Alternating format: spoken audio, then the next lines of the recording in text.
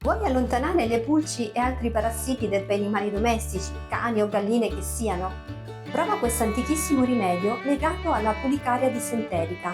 Questo grazioso fiore della famiglia delle Asteracee è stato da sempre utilizzato contro i parassiti degli animali, per guarire dalla dissenteria e per altri problemi di digestione. Io ne farò dei mazzetti di fumigazione che utilizzerò per scacciare i parassiti dagli ambienti dove soggiornano i miei animali domestici. Utilizzerò un bel ramo di pulicaria dissenterica e la unirò ad altre botaniche. Lavanda con i suoi preziosissimi oli essenziali che aiutano anche contro le zanzare. Artemisia verlotiorum, sarebbe meglio l'assenzio, ma ahimè quest'anno non ce l'ho. E menta. Adesso basterà unire le botaniche e stringerle strette strette con una spirale di spago ed essiccarle, pronte poi per essere bruciate negli ambienti.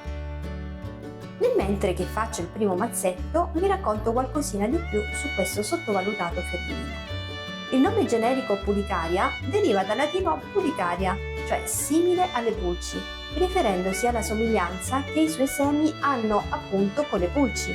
Da qui, secondo la dottrina delle segnature, si è pensato avesse proprietà repellenti per diversi insetti, mentre il suo nome specifico dissenterica deriva dal suo uso in caso di dissenteria. Non ci sono tanti studi su questa erba, se non 3 considerati degni di rilevanza scientifica.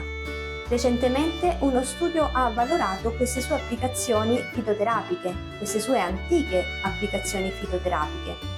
Si è visto come alcuni fitocomposti presenti nell'olio essenziale vanno a ridurre la proliferazione di alcuni batteri, tra cui quelli che determinano l'insorgenza del colera. Da questo stesso studio hanno provato che effettivamente la pulicaria riesce ad essere un deterrente per pulci e altri insetti indesiderati.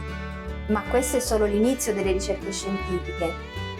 Io intanto la utilizzerò per sanificare il pollaio dopo le grandi pulizie. E ti dico come utilizzarlo. Dopo che sarà ben secco, darò fuoco alla parte inferiore. Questo, bruciando piano piano, andrà a saturare il mio pollaio che avrò ben chiuso e sarà senza galline al suo interno, garantendone così una sanificazione perfetta.